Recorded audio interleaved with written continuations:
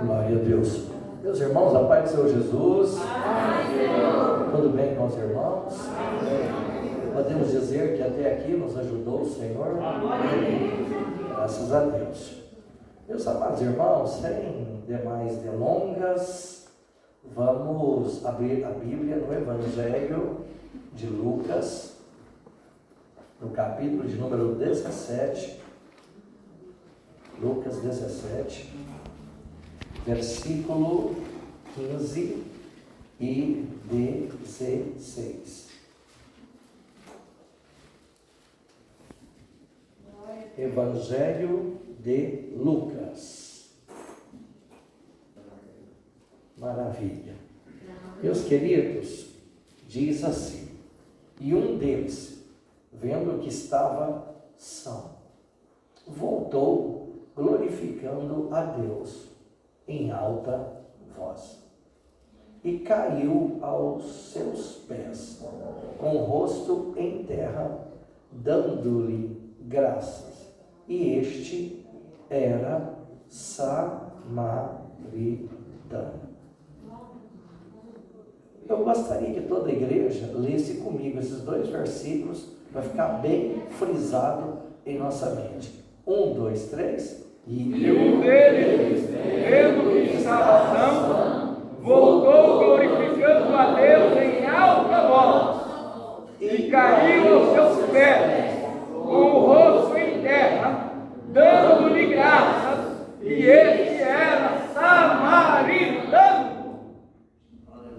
Pai bendito, a igreja do Senhor, a palavra do Senhor, a cura vem do Senhor, a graça vem do Senhor, a restituição vem do Senhor, a bondade suprema vem do Senhor, a misericórdia por excelência vem do Senhor. Fala, e os teus servos ouvem. Amém e amém. Meus amados, podemos sentar. Quero aqui fazer uma consideração de gratidão a Deus. Depois de alguns dias de férias, estamos de volta a Anápolis e dessa vez tendo a grata satisfação de voltar. E a primeira igreja que nós estamos pregando em Anápolis depois das férias é exatamente aqui no Parque Iracema, com o pastor Eurico. E por que eu falo isso? Pastor, o senhor não sabe a gratidão que eu e minha família temos pelo senhor. O senhor representa, eu fico vendo pessoas como o senhor, vendo aqui o pastor Sebastião, e, gente, nós temos que agradecer demais por termos homens como esse conosco ainda.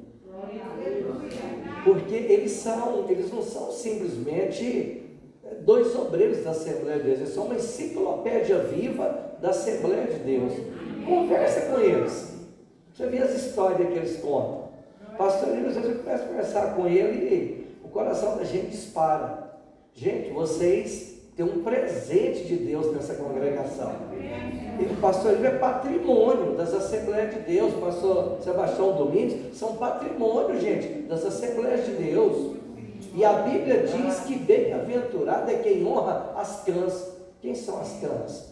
Aqueles que Deus deu para aconselhar, para orientar, aqueles que Deus deu anos de vida para estar conosco, ajudando-nos na caminhada, porque a Bíblia diz que com o jovem está a força, mas com os anciãos, com as cãs, está o conselho.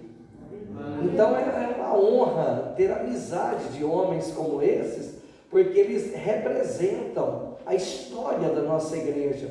O maior erro que as pessoas cometem, meus irmãos, é não conhecer as suas origens ou abandonar as suas origens. E quando você estuda a origem dessa Assembleia de Deus, esses homens estão lá. Eu vim para Madureira e o pastor Sebastião Domingos era pastor em Nova Vila. Eu lembro, eu vim novo para Madureira e ele me deu um conselho. Ele falou: você está vindo novo, vou te dar um conselho, juízo. E outra coisa, você está vindo para uma igreja que não alisa ninguém, cuidado onde você pisa. Então ele leu o manual para mim, então me ajudou muito. Que quando ele, interessante que ele via a gente fazendo qualquer coisa errada, ele vinha para a gente. Falava, irmão, desse jeito aí você não decola não. Você muda o caminho. Esse caminho aí não é bom não. E falava para a gente. Eu achava bom, a gente viajava junto, andava junto. E desse AB eu achava era bom, que ele não alisava para pregar. Alisava. E ele pegava firme com os irmãos. Mas ninguém morreu nem desviou por causa disso. Desviou que ele escutou. Que a gente está aqui pregando o Evangelho até hoje, dando testemunho das cacetadas que levou. Obrigado, pastor, pelas cacetadas. Valeu, tá? E obrigado, pastor Eurípides, pela sua amizade, de a gente ter o senhor um patrimônio vivo das Assembleias de Deus, aqui na Assembleia de Deus, Madureira em Anápolis. São, como diz assim, o outro negócio de falar lenda viva. Não, são servos do Deus vivo, que tem uma história de vida para passar para a gente. Meus amados irmãos, ainda analisando o texto, esse texto muito interessante, porque Lucas, ele tem uma experiência de vida muito interessante, porque Lucas é macedônio. Lucas foi um escravo que ele foi adotado por uma família. E ele teve a oportunidade de sair de escravo para ser formado em medicina. Tanto que naquela época, os escravos, a terminação do nome, os escravos tinham que terminar com alfa e sigma para poder delinear melhor a genealogia dos que nasciam escravos. Então sempre os nomes tinham alfa e sigma no final. E Lucas não foi diferente. E a família adotou ele, viu que ele tinha um coração muito hábil, um coração muito misericordioso, bondoso, e a família adotou no seu coração, porque antigamente, quando alguém queria matar alguém mais depressa, ou tinha raiva de alguém, o melhor caminho era o médico. Eles corrompiam o médico dá o diagnóstico errado e matar a pessoa. Então Lucas amava aquela família, a família o adotou, e ele teve a oportunidade de se transformar de escravo a médico. Aí depois ele conhece o Evangelho. Aí ele é transformado de escravo do pecado a servo do Senhor Jesus. Ele é transformado de escravo do pecado em servo do Deus vivo. Então ele passou por duas transformações muito interessantes. O que fez também o Evangelho de Lucas, lá na igreja primitiva, eles diziam, na igreja primitiva, eles usavam o termo cataloicã, exatamente porque Lucas, ele passou por duas transformações, que a Deus, através dessas duas transformações, falaria de uma forma mais profunda, em dois sentidos, porque nós sabemos que nós podemos ser acometidos de dois tipos de enfermidades, uma psicológica e uma biológica, mas podemos ser acometidos pelas duas ao mesmo tempo, que são as chamadas enfermidades psicossomáticas. Como funciona isso? Funciona assim. Você já viu que tem pessoa que é desesperado demais, que é ansioso demais? Tem pessoa que ele prefere queimar a língua do que soprar a sopa. Vocês já observaram isso? Não, é um desespero, uma coisa esquisita. Ele já pede uma coisa e já põe para derreter em cima de quem não acertou antes. E quando ele pede uma coisa e a pessoa demora um pouco, ele fala assim: por que você não orou para ter uma revelação que eu ia querer isso? Você já está com isso do meu lado.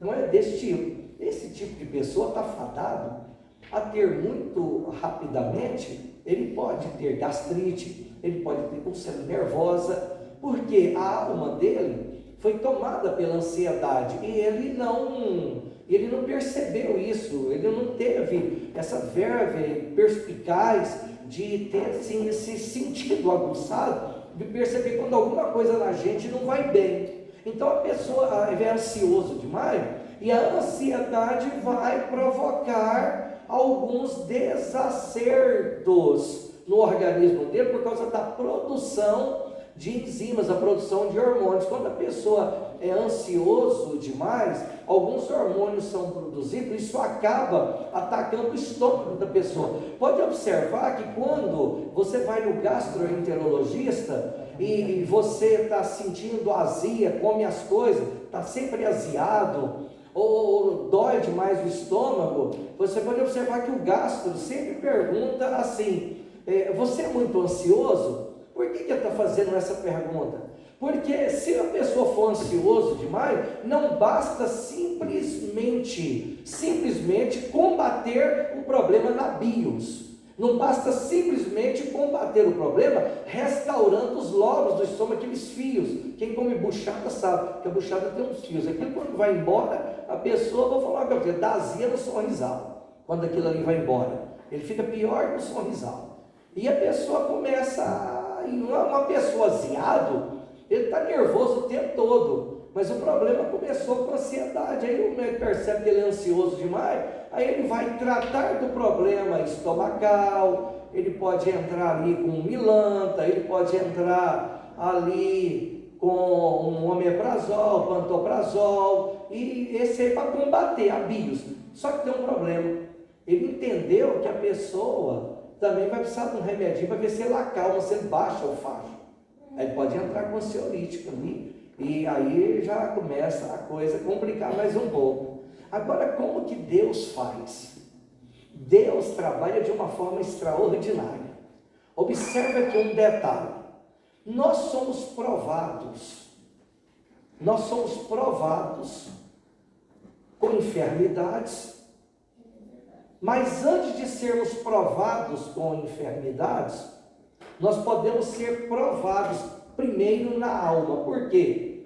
Porque todos dois são passíveis de doença. Tem pessoa que só tem doença física, ele não tem na alma. Mas tem pessoa que o corpo é sadio, mas a alma é doente. E já tem pessoa que os dois estão doentes.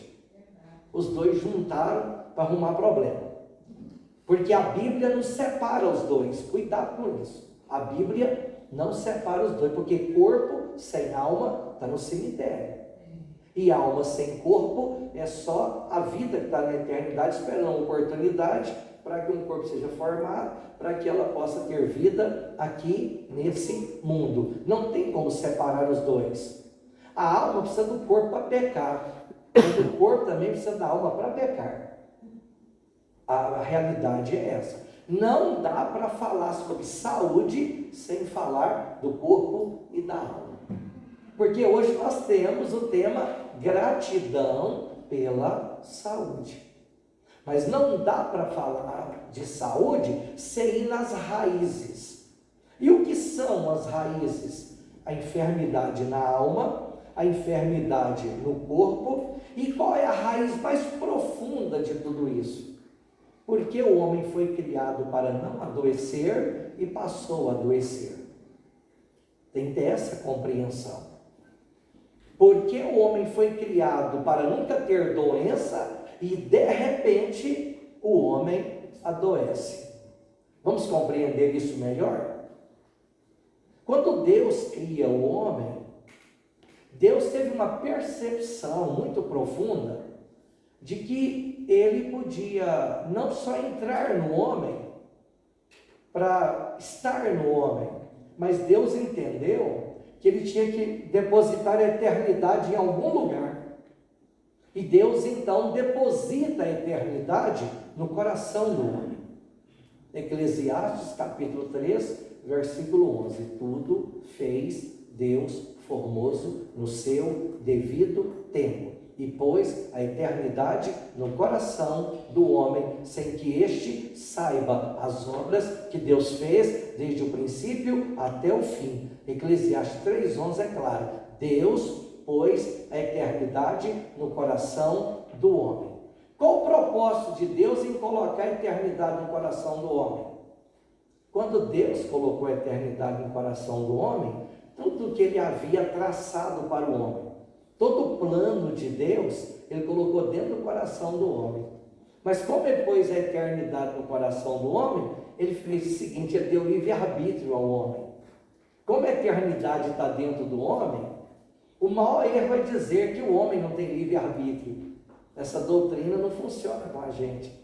Deus não criou robô. Deus, já pensou se a gente fosse robô? Que Deus estivesse apertando o controle remoto? Falar que o homem não tem livre-arbítrio, nós temos uns irmãos por aí que gostam de falar isso. Ah, o homem tem livre-arbítrio. Não tem não. Então Deus criou robô e tem um controle remoto, né? Se eu falar que o homem não tem livre-arbítrio, eu vou dizer que Deus fez robô. Deus tem um controle, Deus vai apertando aqui, ó. O relacionamento não é por amor, o relacionamento não é por convivência, não. O relacionamento é porque Deus tem um controle remoto e aberto, e Deus tem um monte de robô na terra. Não tem. Deus relaciona com a gente, sabe como? Eu sirvo a Deus porque eu amo. Eu não mato, não é porque a lei diz não matarás, é porque Jesus é vida e vida com abundância, e Ele está no meu coração. Certo? É isso aí. O homem tem livre-arbítrio, porque a eternidade está dentro do coração do homem. Então, de acordo com a escolha que o homem fizer, ou ele vai ter uma eternidade no lago de fogo, ou ele vai ter uma eternidade com Cristo no céu. O homem vai escolher, tem livre-arbítrio. A eternidade está dentro do coração dele, mas aí tem um detalhe. Por que o homem criado originalmente não ia adoecer? Nunca as mulheres criadas originalmente iam ter uma ruga sequer. Eva nunca teria uma ruga sequer. Eva foi criada para não envelhecer. Ela nunca ia ter osteoporose, certo? Nem barriguinha ela ia ter, certo? Não, ela ia ser escultural o tempo todo. Ela foi criada para isso. O homem também não ia adoecer, não. Nem ele, nem ela. Agora a pergunta é, de onde foi tirado, de que material foi tirado o homem? Do pó da terra. O que eu tenho no pó da terra? Gente, essa terra que Adão foi tirado, o Satanás já tinha caído.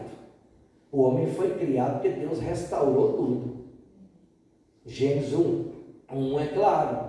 Depois 2, depois Deus restaura tudo e tira o homem. De onde? O homem foi tirado de fungos, bactérias, vírus. Até que enfim algum cientista abriu o olho. Até que enfim um cientista criacionista abriu o olho a tempo. E falou uma coisa coerente. Ele disse, o maior erro é falar que a pessoa diz assim, fulano contraiu o vírus da AIDS. Ele não contraiu. O vírus, as pessoas já têm. Quando Adão foi tirado da terra, o homem já foi feito de tudo isso, de bactérias, fungos, vírus, tudo estava no homem. Tudo no homem. Mas por que eles não adoeciam? Qual que era o segredo para eles não adoecerem? O sopro. Quando Deus soprou e pôs a eternidade no coração do homem, Deus já soprou ali, soprou com a eternidade, certo? A saúde já estava ali. A saúde perfeita estava ali. Deus colocou em Adão um DNA tão perfeito, mas tão perfeito, que o Caim casou com uma irmã, e só foi ter anomalia na terra em Gênesis 6. Olha o tanto que demorou para começar a ter anomalia na terra. Que o DNA que Deus deu, porque tudo que Deus dá é perfeito. E Deus fez algo maior ainda. Quando a gente estuda o DNA, nós tivemos em Goiânia, recentemente, a Semana do Genoma.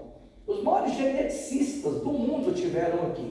Mas o melhor geneticista do mundo, uma das maiores autoridades do genoma, não é americano, não é inglês, não é australiano, não é asiático, é brasileiro, é da USP. Aí o repórter entrevistou esse geneticista e perguntou para ele, por que o homem não lê 100% do DNA? Ele disse, é simples. Porque o homem lê 99,9%. O que o homem não lê? 0,01%. O que é 0,01%? 800 milhões de células.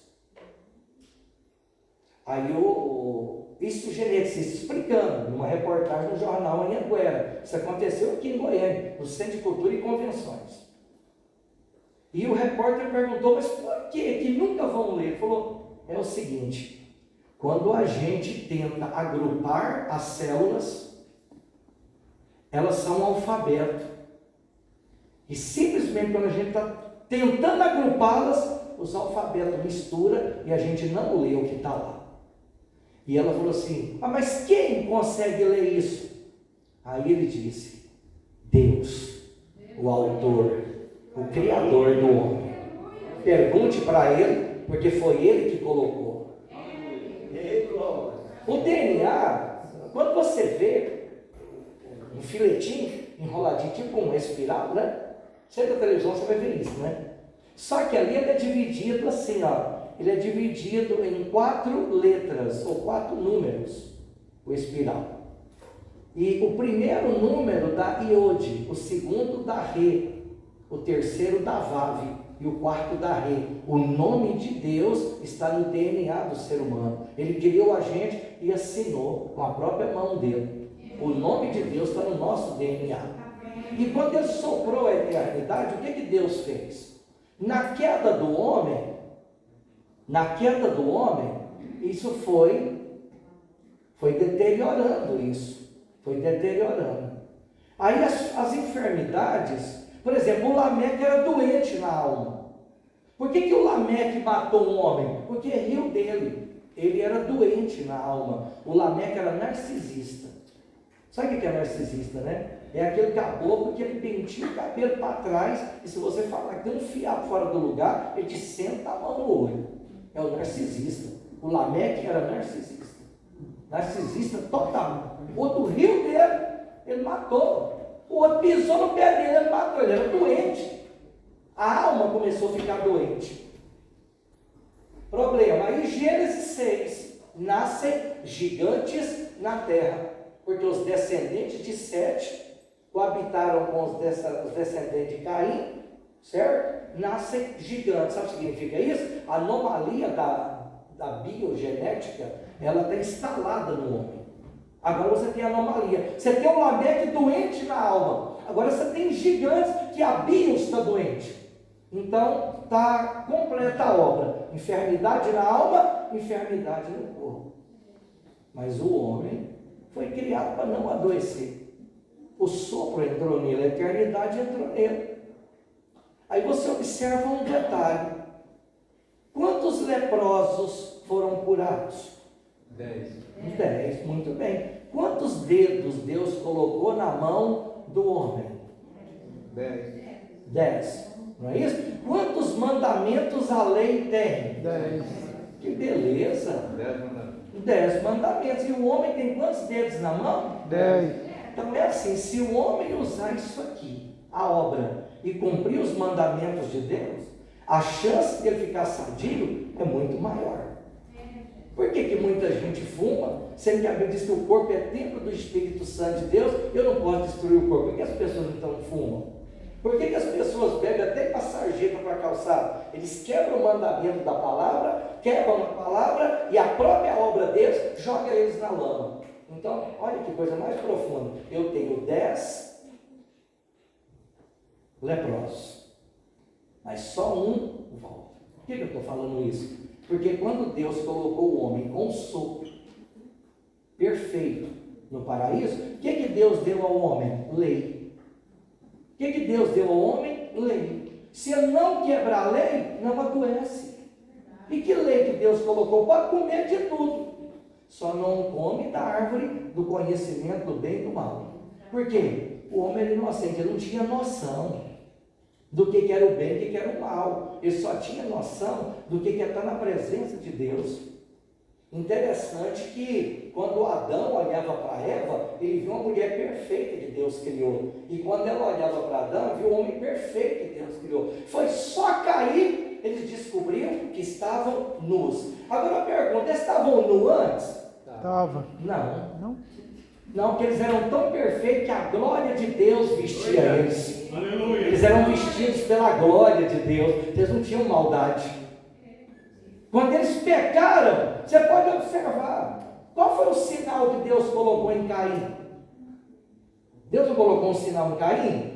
Ele colocou a marca do pecado nele. Porque quando ele pecou, por que ele teve que colocar? Observa um detalhe comigo aqui na prática. Eu vou traduzir isso na prática. É porque a palavra hebraica a gente lê em português. Mas a palavra hebraica lá para sinal é aquilo que você coloca para identificar aonde você vai. Note bem, a palavra hebraica para sinal lá é aquilo que você coloca em alguém para identificar onde ele vai. Se você entrar, chegar ali, o povo está bebendo ali, tomando a branquinha, água que o passarinho não bebe, e jogando sinuca. Entra você com a Bíblia e sai tomando o taco da mão de todo mundo e pregando. O que sobrar com o taco na mão, ele vai acertar a sua cabeça. Chega pregando lá no prostíbulo agora, no Baixo Benedito, você está lá pregando e diz: você tem esposa, você é servo de Satanás. Vai ver o que vai acontecer, o que ele vai fazer, o que as prostitutas vão fazer. Chega lá, com a Bíblia fazendo isso. Agora o desviado largou a Bíblia, largou a palavra, não quer mais nada com a igreja, e vai lá para o bar e joga sinuca com o ímpio, bebe com o ímpio, ninguém bate nele, ninguém maltrata ele, ninguém põe ele para correr. Qual a marca que ele tem? Do pecado. A marca colocada em Caim foi a marca do pecado, porque aonde ele chegasse para andar, o que não teriam lá? Os costumes que ele tinha originalmente. A terra está corrompida. Então, pois a marca do pecado, para onde ele chegar, ele se aceita. Então, a marca do pecado é a marca da enfermidade. A marca do pecado é a marca da corrupção. Então, Deus deu lei ao homem. E essa lei era a garantia de saúde perfeita para o homem. Quando ele come da árvore do conhecimento do bem e do mal e descobre que está nu, ou seja, a glória que vestia eles, não veste mais. E um olhou para o outro e disse assim: vamos pegar a folha de figueira? Vamos embora. Aí pegou a folha de figueira e vestiu. O maior erro é esse. Não se tampa nudez de pecado com folha de figueira. Só se tampa pecado com sangue. Por isso que Deus permitiu que um cordeiro fosse morto e vestiu com a pele, para que o sangue fosse derramado, para dizer: onde houve morte, se dará vida por vida. A realidade é essa. Essa é a grande realidade. O que é tampar com folha de figueira? Subterfúgio. O que as pessoas fazem hoje? O marido trai a mulher, em vez de pedir perdão e confessar a traição, não. Troca o carro dela, dá um apartamento novo, dá uma casa nova, dá uma viagem, e a mulher vai dizer: esse homem é um santo, porque ele já foi redimido o pecado dele. Isso é folha de figueira. Agora, o que é matar o cordeiro e derramar o sangue? Ele vai e confessa: eu errei, me perdoe em nome de Jesus, eu sou servo de Deus, eu quero ser perdoado, eu vou confessar e vou deixar. Aí é sangue derramado. Agora, se encobrir é folha de figueira. E eles tentaram, mas não foi a folha de figueira que resolveu o problema deles. Não, porque a maldade foi aumentando, o pecado foi alastrando, as enfermidades foram aumentando e vão alastrando. Então, o que é preciso agora? Se o homem, com esses 10 dedos na mão, se o homem, com o mandamento, que depois a lei vão ser 10 também, caíram, pecaram e transgrediram, o que vai acontecer agora? Vai ter que vir alguém no mesmo formato do primeiro homem. Vai ter que vir alguém parecido com o primeiro homem. Só que esse que vai vir agora não vai poder cometer o mesmo erro que o primeiro cometeu. Porque esse vai vir agora para assumir um corpo igual ao do primeiro. Mas quando ele assumir esse corpo, ele vai levar sobre ele todos os pecados, todas as enfermidades, todas as doenças, ele vai levar sobre ele, desde que ele não caia. Beleza.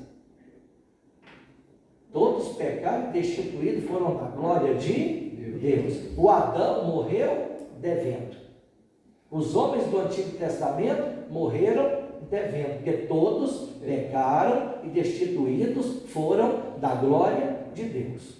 Eu já vi muitas pessoas exaltar Jó, mas Jó não foi para o Calvário, foi? Foi não, né? Davi foi para o Calvário morrer? Não, Jesus que foi. Agora observa aqui um detalhe, todos pecaram e destituídos foram da glória de Deus, mas Jesus, quando está perto de ir para o Calvário, ele temeu, e naquilo que ele temeu, ele foi aperfeiçoado. O escritor aos Hebreus diz que ele temeu a morte, ele orou para aquele que podia o livrar da morte. Mas aí tem um detalhe, aí todos pensam que aquela morte que Jesus temeu foi a morte do Calvário, foi ir para o Calvário, e não foi. Sabe por quê? Porque tem duas palavras para morte no Novo Testamento. Uma palavra para morte é necros, natural, morrer, vamos sepultar ele. Mas tem uma palavra para a morte que é thanatos. O que é thanatos?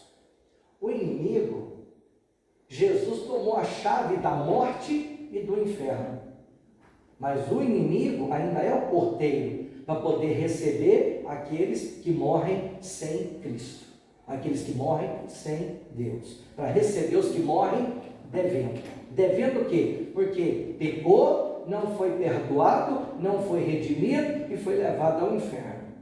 O Lázaro morre e vai para o seio de Abraão. O rico morreu e foi para o inferno, porque morreu devendo, ele morreu em dívida. Então a morte, quando a pessoa morre e morre condenado no pecado, essa morte, quando a pessoa morre devendo, chama thanatos.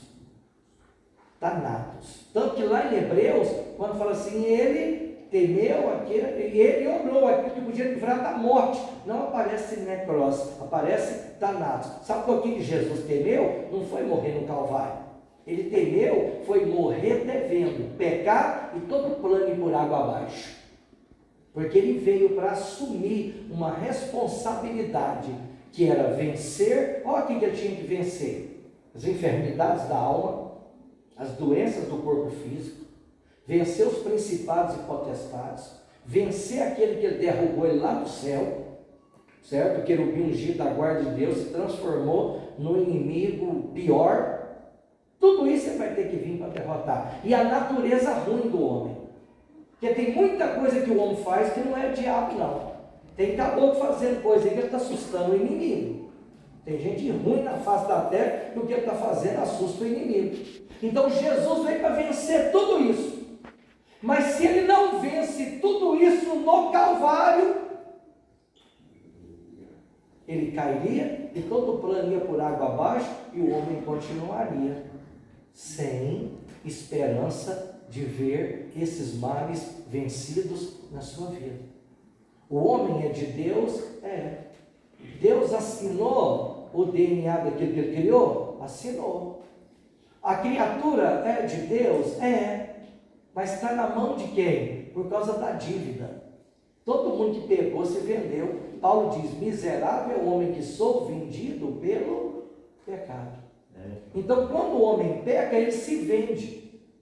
E se ele se vende, quando você faz uma dívida na loja, quando você faz uma dívida no banco, e você assina ela eletronicamente ou manualmente, tem como você negar que a dívida é sua? Então, quem se vende pelo pecado não tem como negar para o inimigo que a dívida é dele. Na hora certa ele vai carregar para lá.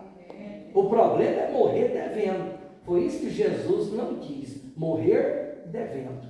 Beleza. Quando Jesus sobe ao Calvário, será que ele está vencendo tudo isso? Porque Isaías está vendo ele desfigurado, não está? Está ou não está? Desfigurado. Isaías está dizendo que ele vai ver o fruto do seu trabalho e ficar satisfeito, porque é muito penoso. Mas ele vai dizer que ele levou sobre si. Gente, ele levou sobre si. Ele assumiu as doenças físicas, ele assumiu as enfermidades da alma, ele assumiu tudo sobre ele. Oh, aleluia! Mas tem um detalhe: só teve um homem que teve no terceiro céu com Jesus dos discípulos, dos apóstolos. Os apóstolos que andaram com Jesus na carne não tiveram as informações profundas que Paulo teve. Paulo, quando teve no terceiro céu, ele mostrou para Paulo o que aconteceu no Calvário. E Paulo escreveu isso, que Jesus revelou para ele em espírito. Paulo teve com Jesus em espírito, e Jesus contou para Paulo, pessoalmente, o que aconteceu no Calvário, e Paulo escreveu em Colossenses capítulo 2, versículo 15. Expondo-os, lá no Calvário, expondo-os à vergonha, os principados e potestades, e triunfou deles em si mesmo. Vou explicar esse texto. Jesus assumiu as doenças para que ele pudesse vencê-las, porque Adão as trouxe quando pecou. Então quem vencesse ia ter poder sobre as doenças, ter poder sobre as enfermidades, para nós podermos orar como nós oramos hoje e os milagres acontecerem. Se Jesus não vence, seria vã nossa pregação. Como que a gente ia pregar que Jesus cura se ele tivesse perdido a batalha? E Paulo viu que Jesus contou para ele o que aconteceu no Calvário. Quando Jesus estava lá desfigurado, os espíritos da enfermidade olharam para Jesus. E sabe o que ele triunfou deles mesmo? Porque nos outros corpos eles entraram e todos pecaram e destituídos foram da glória de Deus. Nos outros eles entraram e trabalharam. Mas os espíritos de doença, de enfermidade, olhou para Jesus no Calvário e teve que assistir a derrota de camarote. Sabe por quê? Porque disseram: nesse nós não conseguimos entrar, esse nós não conseguimos usar, esse está nos derrotando. Ele envergonhou todos os principados e potestades lá no Calvário e triunfou nele, porque o mesmo corpo que Adão tinha é o mesmo corpo que Jesus está com ele no Calvário, derrotando todos os demônios. Glória a Jesus, glória a Jesus, glória. Pode observar que 10 leprosos são curados, mas só um volta. A lei era muito dura, a lei era muito severa, a lei ela organizava a vida do homem, mas o homem pela lei não conseguiu manifestar pela lei a gratidão que realmente Deus merece de fato e de verdade. Você pode observar que o Naamã, para ser curado, teve que mergulhar quantas vezes no Jordão? 7. E Jesus está curando só com uma palavra liberada, porque esse é o ministério da graça. 10 são curados. A lei é muito rígida, a lei é muito severa, mas Deus não recebeu aquela gratidão que Ele merece ainda na época da lei. Ficou faltando alguma coisinha, mas um volta para agradecer, porque um é o número da graça. Há uma só graça, há uma só fé, há um só Deus, há um só Salvador, há um só Senhor, e é Jesus Cristo, nome sobre todo nome, médico dos médicos. Por isso 10 são curados. A lei era boa, aconteceu coisa, mas só um voltou para agradecer. É na graça que a nossa alma derrete na presença dele com toda a gratidão. Agora, por que Lucas fez questão de falar que um samaritano, que o que voltou era samaritano? Por que Lucas falou isso? Samaritano é mistura de raça. Quando o reino do norte, as tribos de Issacar, Zebulon, Manassés, Naftali, Dan, certo? Quando essas tribos do norte foram levadas cativas para a Síria, aconteceu algo muito interessante. Eles não levaram, eles só levaram os inteligentes, eles só levaram os experts, eles só levaram os que tinham sabedoria na arte da engenharia, da arquitetura, que tinham habilidade em trabalhar com ouro, com prata, com metais, de trabalhar com urbanização. Só levaram esses. E aqueles já de idade, aqueles menos capacitados, ficaram em Samaria. E aí o Sargão traz pessoas de fora, conquistadores de os povos, e põe dentro de Samaria. O que vai acontecer ali agora? Vai misturar judeu com pagão.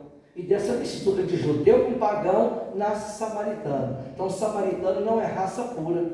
Pode observar que lá no Salmo 133, ó quão bom, quão suave é que os irmãos vivem em união. Era assim, na hora de adorar lá em Jerusalém, um grupo ficava em cima da pedra branca. Quem é o grupo que está em cima da pedra branca? Judeu puro, não tem mistura de raça. Um grupo ficava em cima da pedra cinza. Quem fica em cima da pedra cinza? Judeu que misturou com outra raça. E tinha a pedra preta. Para que era a pedra preta? Prosélito. Converteu ao judaísmo, mas não é judeu. E tinha o povo que ficava no pátio. É aquela assim, o que sobrar e veio, não lança fora, deixa quieto. Mas aí o salmista foi e falou assim: ó quão bom e quão suave é que os irmãos vivem em união. Porque quando Deus manifestava a sua glória, eles esqueciam da cor da pedra e se misturavam adorando a Deus. É o que Cristo viria fazer no futuro. Por isso que Lucas está dizendo que um samaritano, o que voltou para agradecer é samaritano. Porque quando for ao Calvário e for vencer as enfermidades e for vencer as doenças, ele não vai vencer as doenças só para curar o judeu puro. Ele não vai morrer no Calvário só pelo samaritano. Ele vai morrer por todos, a tal ponto de João dizer: porque Deus amou o mundo de tal maneira que Deus deu o Filho unigênito, para que todo aquele que nele crê não pereça, mas tenha vida eterna. Então ele não veio para curar só o judeu de raça pura. Ele não veio para curar só o grego. Ele não veio para curar só o samaritano. Por isso que o samaritano veio, porque um judeu está curando ele. E sabe o que está fazendo a diferença? Não é a nacionalidade,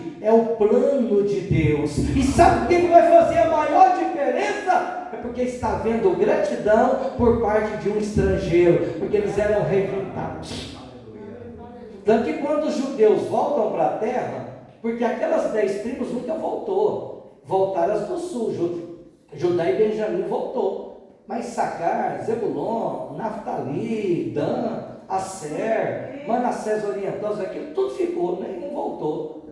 Mas o do sul voltou, e quando voltaram, colocaram o samaritano para sair correndo. Esse aí foi desesperado, chegou e falou: a terra é nossa, pode sair, e mandou todo mundo embora. E eles foram correndo, não deu tempo de pegar o Antigo Testamento, aliás, não deu conta de pegar os textos todos, né? Saíram correndo só com o Pentateuco, levar só o Pentateuco na mão, os outros textos não. Aí ficou conhecido como Pentateuco samaritano, e eles saíram disparados, carregando só Gênesis, Levítico, Números e Deuteronômio, que ficou sendo a Bíblia samaritana. Então, quando Jesus cura esse samaritano, a gratidão dele não é só pela cura, a gratidão dele é porque em Cristo todas as barreiras culturais, em Cristo todas as barreiras humanas caem, e fica a nossa gratidão eterna a Deus, porque Ele não olhou quem nós éramos, Ele não olhou quem nós fomos, mas Ele olha quem somos hoje. Gratidão. Ele voltou com a gratidão pela saúde. Ele voltou com a gratidão pela saúde da alma. Agora por quê? Quando ele voltou com aquele espírito de gratidão, ele já tinha sido curado da lepra, tinha ou não tinha? Já tinha sido curado da lepra. Agora por que Jesus está curando ele da lepra? Para aí, ele não morreu no Calvário ainda, aqui ele está no ministério dele, não está? Está ou não está? está curando? Que poder é esse que ele está arrumando antes de ir para o Calvário? Como é que ele está arrumando esse poder? Aí, Lucas, mais uma vez, tudo que você vê, a propriedade das doenças, da cura, o Lucas está dentro. O Lucas diz assim, Atos 10:38, porque Deus ungiu com o Espírito Santo e com poder para curar todas as enfermidades, todas as doenças, porque a enfermidade acomete a alma, as doenças acometem o físico. Então, Jesus veio para que a cura seja total. Curou ele da lepra, mas faltava curar o quê? A alma dele. Como ele veio com muita gratidão, aí ele vai dizer para ele assim, ó, olha a resposta que ele vai dar aqui, ó, olha só. E respondendo, Jesus disse, não foram 10 os limpos? Onde estão os 9?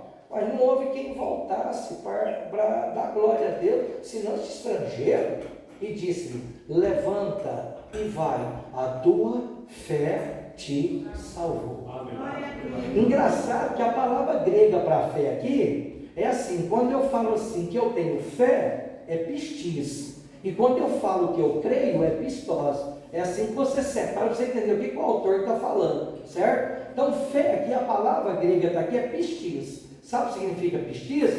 É aquilo que me molda pelo que eu creio. O que eu creio me molda, o que eu creio me transforma, o que eu creio muda a minha vida. Pistis é dizer assim, eu creio que Jesus cura, eu vou orar e ele vai curar. Eu creio que Jesus vai me curar, eu vou orar e eu serei curado. Essa fé que está aqui, ó. Foi com essa fé que o samaritano voltou. Além de estrangeiro, além de rejeitado, além de ser chamado de mistura de judeu, de ser recusado, de ser humilhado, ser enxovalhado pela sociedade. Mas Jesus derrubou tudo isso, porque ele desenvolveu. Quando ele foi curado no físico, ele desenvolveu no coração uma fé que ia moldar ele pelo que ele cria. Então ele creu que Jesus curou ele, agora ele creu que a alma dele também ia mudar, então vai, tua fé te salvou. Interessante que essa palavra salvou aqui, ela é em todos os sentidos. Ela é no sentido de livramento e é no sentido soteriológico. Então, a alma dele foi salva e o corpo dele foi curado. Ele voltou com gratidão. 10 é curado. Não bastou a lei para o homem manifestar sua gratidão total. Mais um voltou. A graça conseguiu trazer isso para nós. Toda a igreja em posição de batalha nessa noite. Aleluia. Glorificado seja. Adão pecou, trouxe todo tipo de doença e de enfermidade. Jesus humilhou os espíritos de doença, de enfermidade no Calvário e trouxe para a nossa vida toda sorte de cura. Nessa noite a gente vai orar, agradecendo a Deus pela saúde. Porque quando a gente orar agradecendo a Deus pela saúde, a enfermidade vai ter que ir embora. Sabe por que o samaritano foi curado? Porque ele veio com gratidão no coração, ele veio com gratidão na alma. Deus não nega bênçãos para pessoas gratas. Oh, glória. Uma arma na mão do crente é a gratidão. Pai bendito, Sim, papai. em nome de Jesus de Nazaré, Sim, Jesus. abençoamos sua igreja.